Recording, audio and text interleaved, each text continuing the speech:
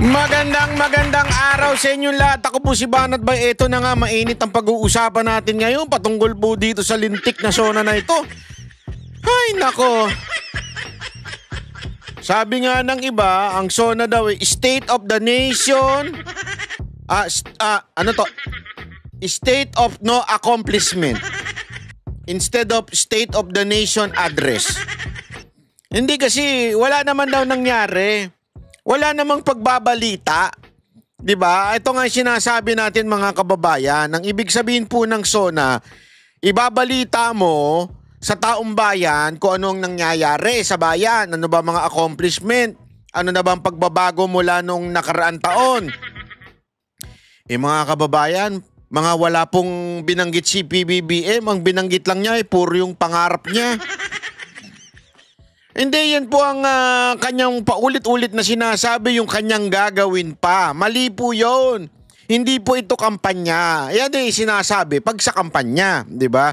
Di ba, pag ikaw nangangampanya, sasabihin mo, gusto mo ganito ang mangyari sa bayan ko. Gusto bumaba ang bilihin. Gusto maayos ang trapiko. Yan, yun yung gusto mo mangyari. Pangarap mo sa bayan mo, kaya ka tatakbo. Pero mga kababayan, anong ginawa sa SONA? 'Di ba? Ginawang kampanya. Tila lahat ng sinabi niya doon na hindi pagre-report na accomplishment niya. Ang sinabi niya doon ay yung kanyang pangarap. Anak ng weteng oh. Abay, tulog pa ata itong presidenteng ito ah. Nangangarap ng nangangarap. Wala ho tayo narinig na pagbabalita. At grabe ho ah. Alam no, nung nakaraang taon, dito ka magtataka eh, nung nakaraang taon mga kababayan, ang kanyang pinagmalaki yung flood control project. 'Di ba? Ano nangyari? Pagkatapos noon, yun yung last year eh, pagkatapos nung SONA, kinabukasan binaha. Napahiya siya ngayon. Tama, mali. Ngayon, bago namang mag-SONA, binaha na naman. Ilang araw na binaha. Alam mo kung anong ginawa niya? Naku po. Ang lupit talaga. Ang kanya namang ginawa this time ay isinisi sa ibang tao yung kapalpakan ng flood control project.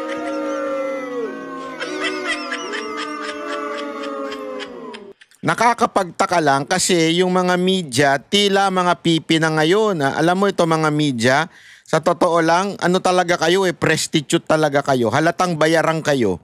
Kasi hindi na kayo nagsasalita. Para bagang na ano na kayo, na nasapala na kayo ng pera. Isipin nyo kung panahon nito ni Pangulong Duterte, sigurong kaliwat kanan ng batikos, pero ngayon, grabe ho. Umuoo lang ang media.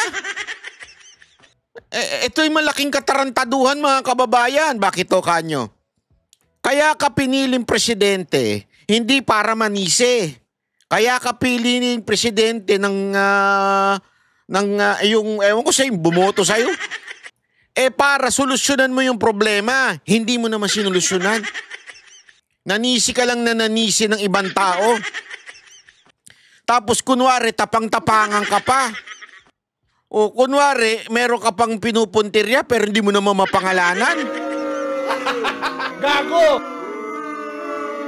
Banat ba, hindi ko naman maintindihan sinasabi mo kasi hindi naman ako nanood ng SONA.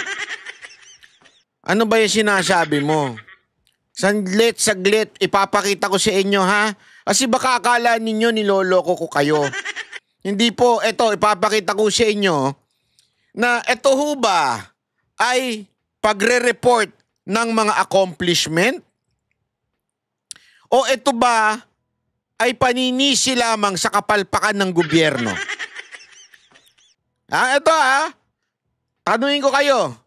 Papanoorin natin itong bahagi na ito na kung saan ay sinisi yung ibang tao kaysa sa mag-report. Panoorin natin ha. Ito.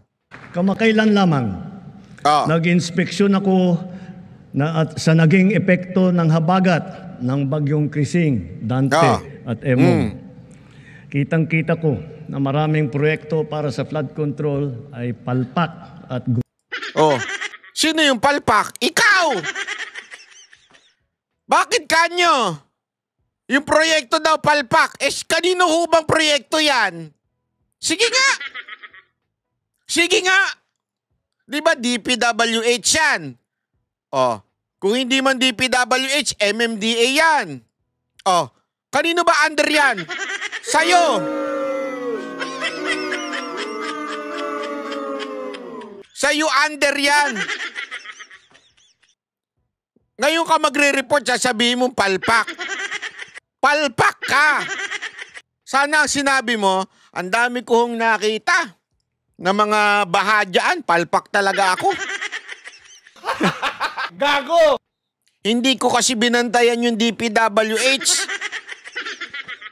Yung mga kaibigan ko na kontratista, sila lang ang nakinabang. Gago! Bakit hindi ganun? Abay, tinitira mo ngayon yung iba. Sino ba? Alam mo, eto yung ganitong style, nagaya lang niya ito. Alam niyo kung kanino niya nagaya ito? Doon sa kapatid niya.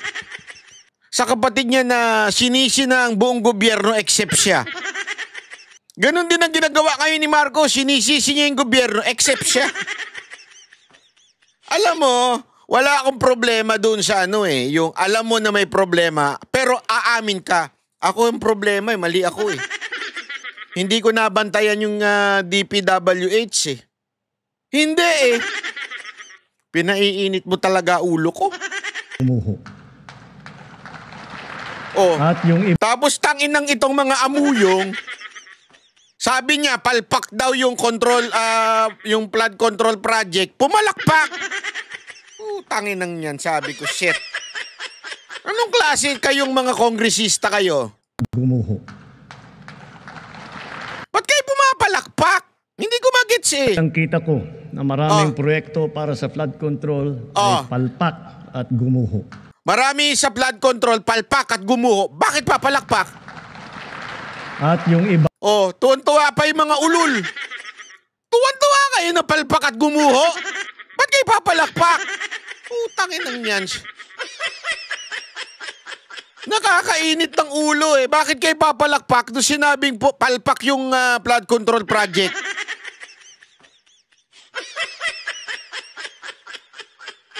Sino ba nag-aproba niyan? Di ba Kamara at saka Senado? Kayo-kayo rin yan Yung nanonood, kayo-kayo yan.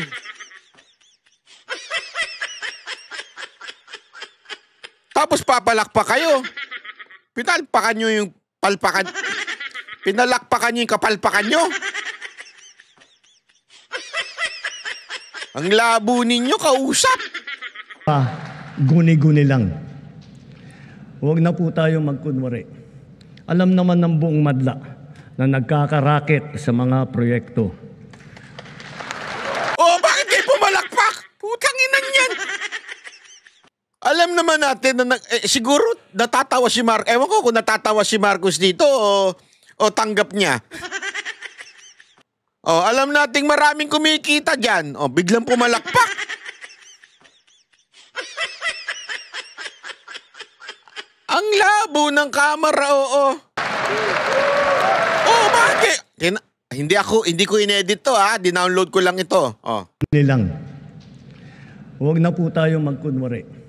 Alam naman ng buong madla na nagkakaraket sa mga proyekto. Alam daw ng buong madla nagkakarakit sa proyekto, ba't kayo pumalakpak? Mga kickback, mga initiative, errata, SOP, for the boys. Kaya sa mga nakikipagsabwatan upang kunin ang pondo ng bayan. Ewan ko, hindi, ipaliwanag nyo nga ho sa akin ito. Hindi ko maintindihan. Pakipaliwanag nga ho sa akin, bakit sila pumapalakpak? Sige nga ho, hindi kasi baka mamaya ako lang ang tanga. Sinabi ng presidente, palpak ang flood control project.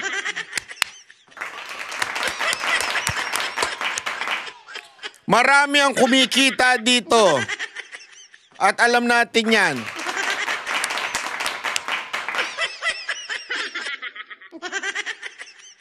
Hindi ko magets eh. Para kang nagsabi ng negatibo, tas pinalakpakan mo. Parang ganire. Marami dito ang may kabit. Ano sa tingin ninyo gagawin ng asawa ninyo? Di ba sasampaling kayo? Bakit ka pumapalakpak? Marami dito ang nabubuntis na mga YouTuber. Palakpak.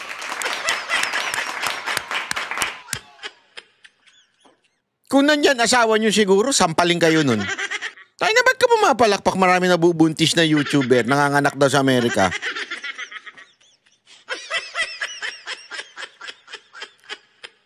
Hindi ko talaga magets eh. Ako aaminin ko sa inyo ha. Hindi ko ito magets. Pwede ho bang pakipaliwanag ho dyan sa ibaba, isulat ninyo, bakit sila pumapalakpak? Bakit sila tuwan-tuwa na sinasabi ni Marcos palpak yung flood control, palpak yung maraming kumikita dito sa flood control pero pumapalakpak sila?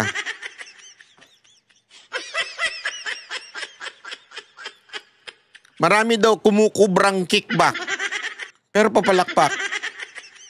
Hindi kaya yung mga pumapalakpak yung mga kontratistang mga congressman? Alam naman natin eh. Kasi kailangan ko pa bang ispelingin yun? Hindi na. Nademanda na ako eh. I-google nyo na lang. Oh. Maganda siguro kayo na magpangalan. Sino yung mga kontratistang congressman na na-involve sa kung saan-saang palpak na proyekto? Oh. Clue, bigyan ko kayo ng clue. Binanatan to ni Joel Villanueva. Kayo na magbanggit. At nakawin ang kinabukasan ng ating mga mamamayan. Mahiya naman kayo sa inyong kapwa Pilipino. Naghiyawan. Mahiya naman kayo. Pinagsasabihan niya na yung mga mahiya naman kayo. Palakpak sila eh. Ewan ko. Ewan ko kung anong meron nito mga congressman natin. Parang nagkaroon na sila lahat ng Torres syndrome.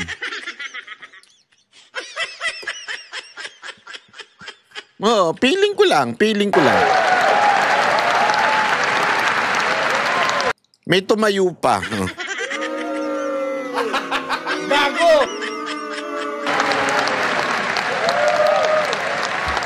Mga sip-sip na mga amuyong, Gago! Mga sip-sip! Mga putang na nyo! Mahiya naman kayo sa mga kabahayan nating naanod o nalubog sa mga pagbaha. Mahiya naman kayo, lalo sa mga anak natin na magmamana sa mga utang na ginawa ninyo nang binulsan nyo lang ang pera.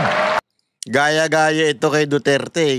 Siguro sinabihan siya na, alam mo, Mr. President, kasi parang totoo yung sinasabi ni Duterte na mahina kang linalang, kaya this time maggalit-galitan ka sa SONA.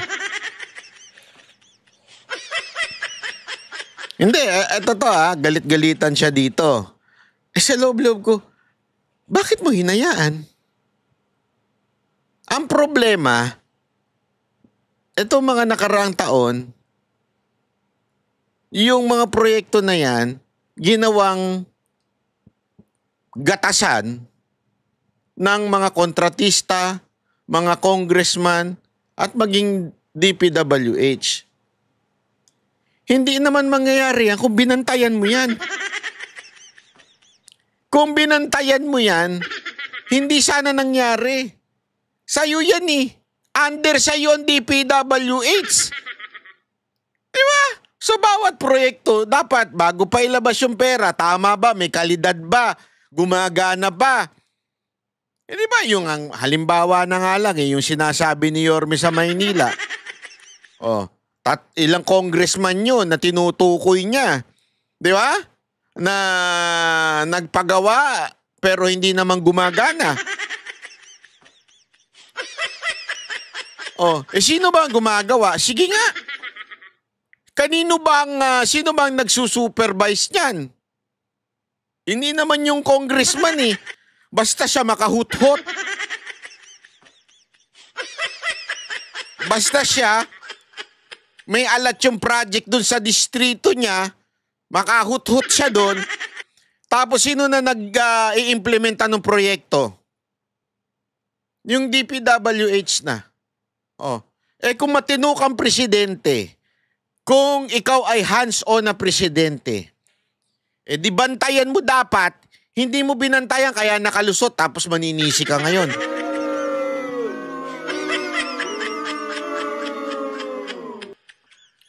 Hindi ko talaga magets eh, 'di ba?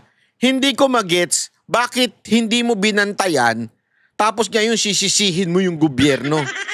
Sino ka ba? Ikaw yung nasa gobyerno, ikaw ang presidente. Ikaw ang pinakakataas-taasang implementor, executor, kaya nga nasa executive branch ka eh. Ikaw ang mag-i-execute nung mga budget. Kung tama ba ang paggamit. Kasi eto ha, mga kababayan, kahit sabihin natin, halimbawa lang, corrupt talaga. Corrupt talaga yung proyekto sa isang distrito. Kung wari, kumatkong yung meron na sabi mong for the boys, kumatkong yung congressman. Sasabihin niya, gawa ka dito pero 30% sa akin dito Pero kung binantayan mo yung DPWH at tiningnan mo, sandali, bakit ganito yung mga bibili ninyong gamit? Ano ito low quality ito Hindi ito yung nakasulat Bakit ganito to? Hindi, kaya nga alam mo, paulit-ulit natin sinasabi, napaka-importante na naging mayor ang isang mamuno bilang presidente. Kasi nakikita niya sandali. Di ba? Ito yung ginamit sa parang mali ito Hindi ito fit Hindi ito ayos sa ganitong klaseng proyekto Makikita mo ngayon. Anong ginawa mo? Umupo ka, pinabayaan mo, tapos sa bandang dulo, hoy, sino kayong mga kumatkong dyan? Tapos na, nakatkong na. Tsaka ngayon maninisi. Tsaka mo ngayon tatanong, iimbestigahan natin to. Tapos na, nakatkong na. Hindi sa akin nang galing yan salita na yan kumubra na ng pera. Tapos na. Tapos na nangyari na. Naubos na yung pera. Hindi na pagawa yung tamang flood control. Kaya nga nagkabaha-baha. Paano mo pagayin? Pananagutin mo. Ngayon may babalik ba? Hindi naman may babalik yan Wala na. Olat na tayo. Kung sana binantayan mo simula pa lang, tapos sana usapan. Ngayon, naninisi ka na lang. Hindi, alam mo, simpleng business lang yan di ba? I mean, palitin mo sa negosyo. Ikaw yung may-ari ng restaurant. Hindi mo naman pwedeng sisihin mo lang na sisihin yung mga waiter mo tsaka yung mga cook mo. Bakit tayo lugi? Ano nangyari sa pagkain natin? Bakit di masarap? Ikaw ang may-ari Ikaw ang naglagay ng manager dyan. Ikaw ang naglagay ng cook dyan. Ikaw ang naglagay ng kapitan na waiter. Di ba? Ikaw. Lahat sa'yo. Tapos maninisi ka. Bakit mali-mali ito? Kung hands-on ka, binabantayan mo sana yung kitchen. Sinisigurado mo na yung chef mo ginagawang masarap talaga yung pagkain. Binabantayan mo yung mga waiter, sinisigurado mong nakakapag-serve ng maayos. Hindi, anong ginawa mo? Kumuyakoy ka sa bahay, tapos sinisi mo sila nung nalugi yung negosyo.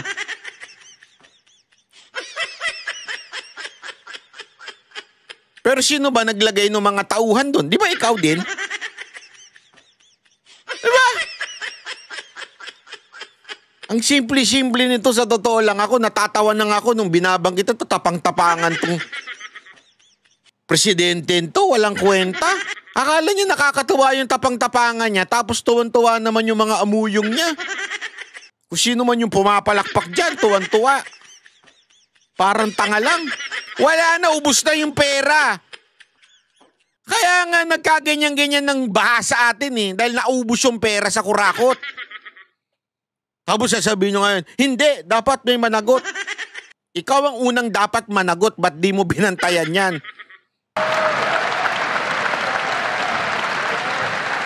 Hindi mo nga sinibak yung DPWH mo eh. Di ba? Sana man lang, akin ha, kung sa tingin mo may problema talaga, dapat sinibak mo lahat yan. From secretary to Yusek, sibakin mo lahat yan. Palpak pala eh. Di ba?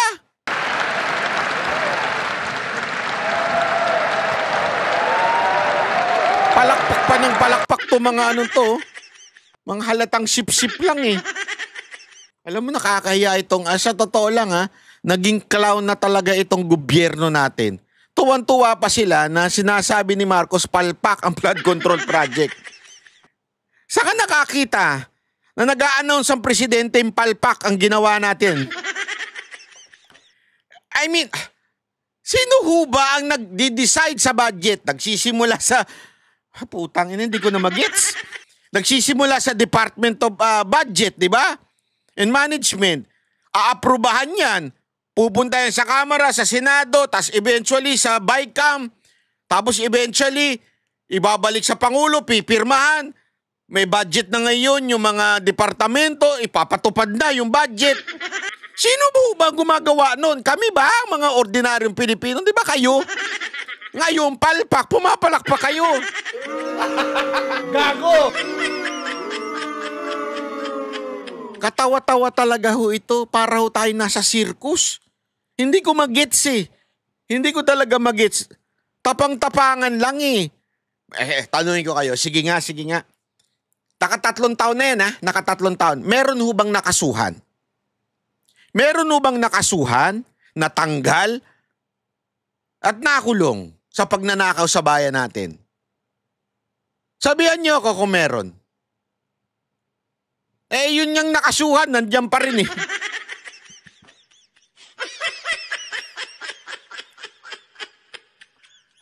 Diba? Nandiyan pa rin sila eh. Nakaupo pa rin dyan eh. Parang tanga lang eh. Sumisigaw pa ng BBM. Ano to? Kagaguhan? Ang tinding kagaguhan ito. Hindi ko talaga magets. Alam mo, minsan maaano ka na lang talaga sa bayan mo eh. Parang tayong ginagago na talaga eh. Budol-budol man talaga ito si Marcos eh. Binubudol tayo eh.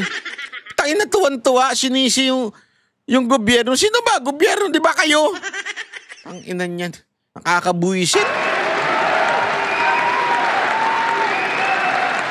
Para hindi na maulit, so that this will not happen again.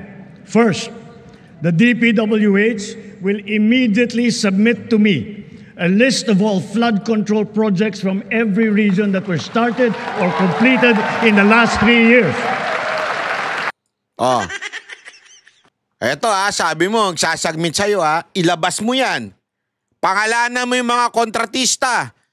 Pangalanan mo Huwag yung puro daldal. Aabangan namin yan. Ha?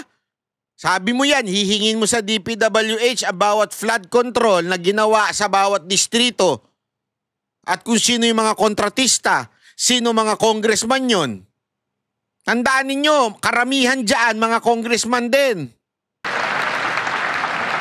Second, the Regional Project Monitoring Committee shall examine that list of projects and give a report on those that have been failures, those that were not finished, and those that are alleged to be ghost projects.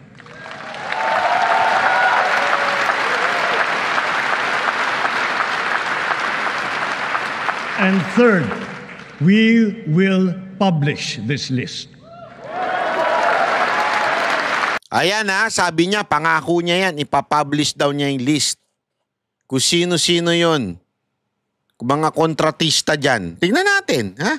Hindi ako, I'm still hoping that you would do that. Although sabi ko nga, it's too late.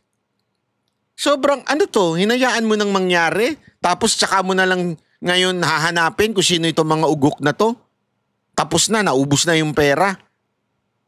Ako, mag-e-expect talaga ako na may makukulong na kontratista at saka mga congressman at madidemanda at matatanggal. Ha? Sa Kamara. Yung mga kontratista na may kinaugnayan sa congressman, matanggal dapat sa Kamara. Ha? Kasi ako, iba naaamoy ko eh. Iba naaamoy ko dito. Mamaya ikikwento ko sa inyo kung ano naaamoy ko.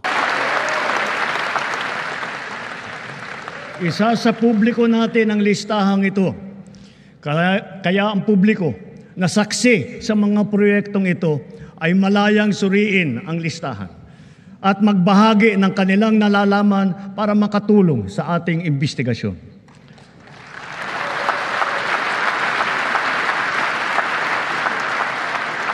At the same time, there will be an audit and performance review regarding these projects to check, to make sure, and to know how your money was spent.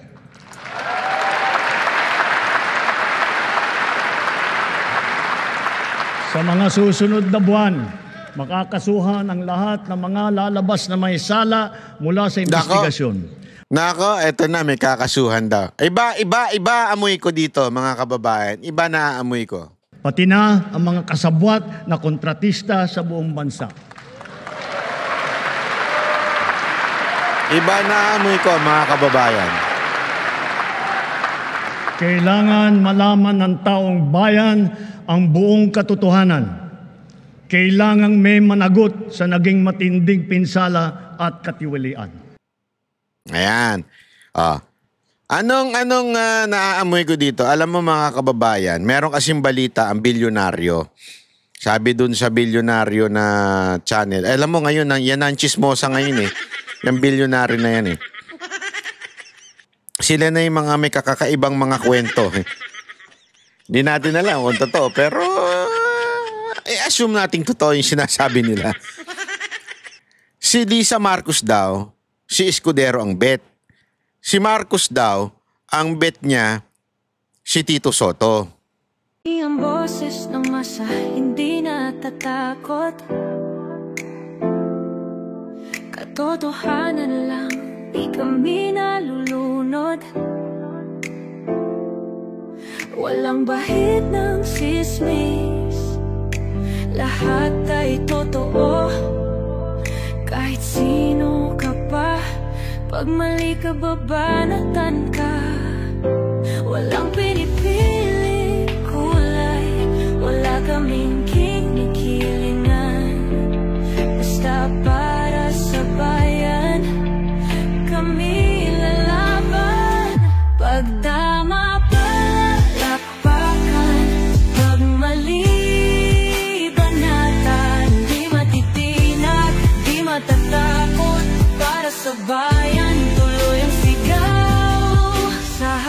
Ng kamera, walang halong takot. Mga baluktot, lahat kayo'y tutumba. Ang hustisya at totoo, yun lang ang mahalaga. Kahit sinong harang, di kami matitinag. Walang pinipiling kulay, wala kaming kinikilingan. Basta para sa bayan, kami lalaban. Pag tama palakpakan, pag mali banatan. Di matitinag, di matatakot, para sa bayan tuloy ang sigaw. Kung nasa tama ka, ikaw ay aming kasama. Pero pag mali ka, handa ka na bang mabasag? Banateros kami,